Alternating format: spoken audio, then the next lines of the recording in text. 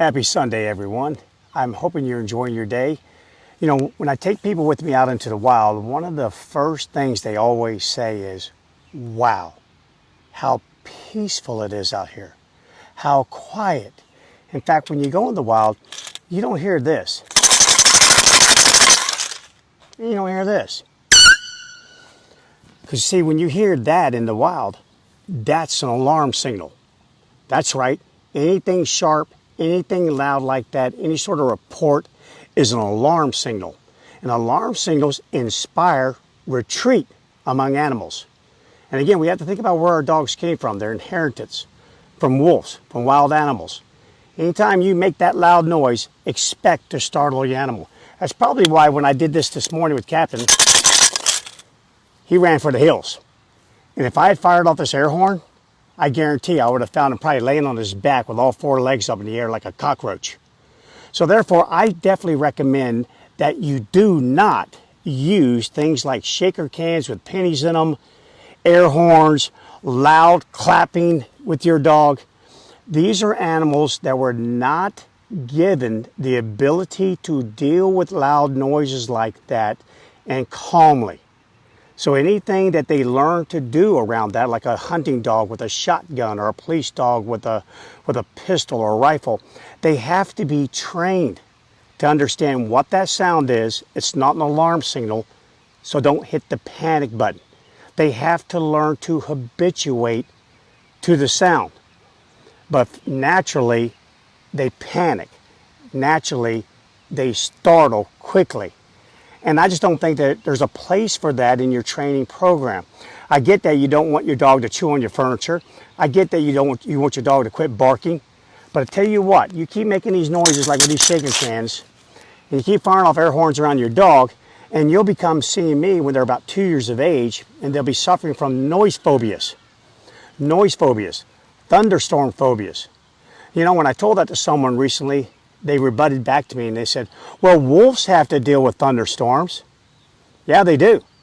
But they don't hurl it at their cubs. They don't direct it right at them.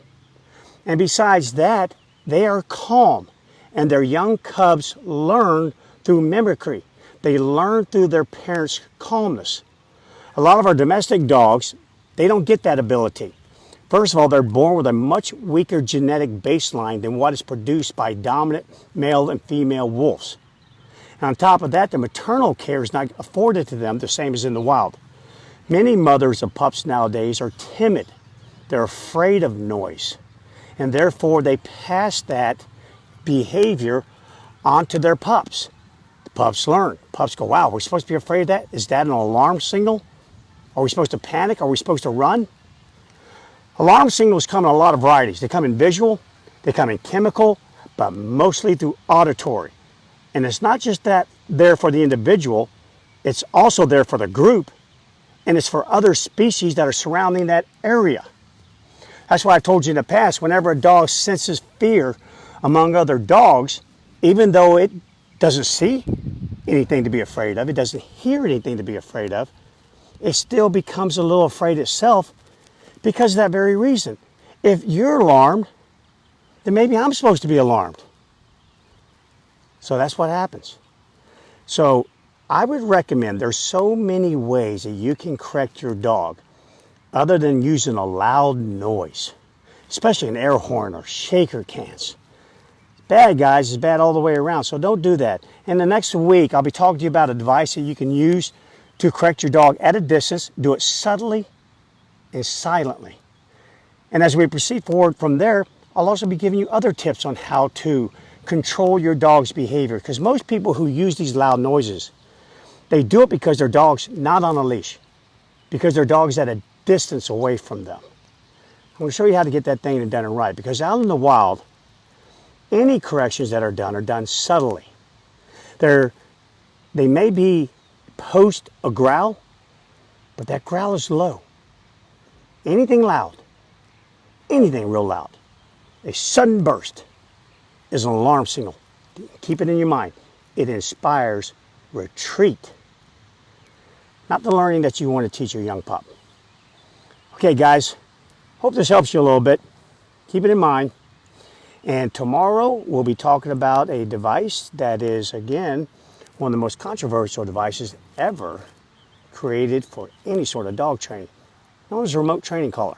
I'm going to spend about 3 or 4 days on it, maybe a little bit longer, all depends upon feedback I get, questions I get asked. I want to talk about it. All right? But for the rest of this day, enjoy it quietly. There you go.